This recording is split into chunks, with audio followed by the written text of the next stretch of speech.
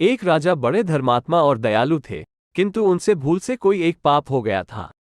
जब उनकी मृत्यु हो गई, तब उन्हें लेने यमराज के दूत आए। यमदूतों ने राजा को कोई कष्ट नहीं दिया।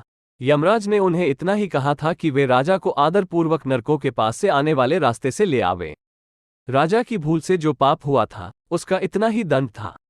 यमराज के दूत राजा को लेकर जब नरकों के पास पहुंचे तो नरक में पड़े प्राणियों के चीखने, चिल्लाने, रोने का शब्द सुनकर राजा का हृदय घबरा उठा।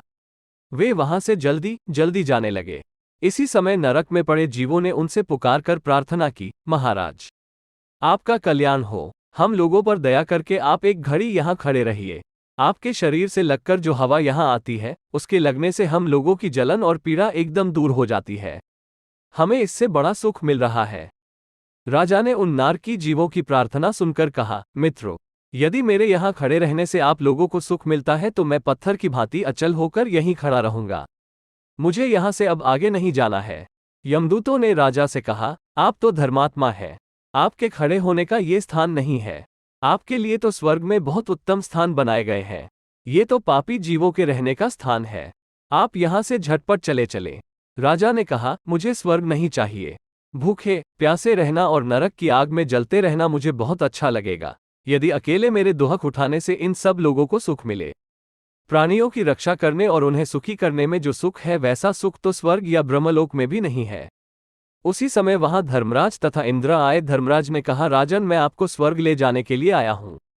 अब आप चले। राजा ने कहा, जब तक यह नरक में पड़े जीव इस कष्ट से नहीं छूटेंगे, मैं यहां से कहीं नहीं जाऊंगा।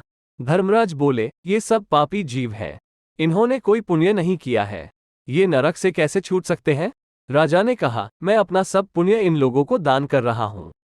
आप इन लोगों को स्वर्ग ले जाए, इनके बदले मैं अकेले नरक में रहूंगा। राजा की बात सुनकर देवराज इंद्र ने कहा, आपके पुण्य को पाकर नरक के प्राणी दुखों से छूट गए हैं।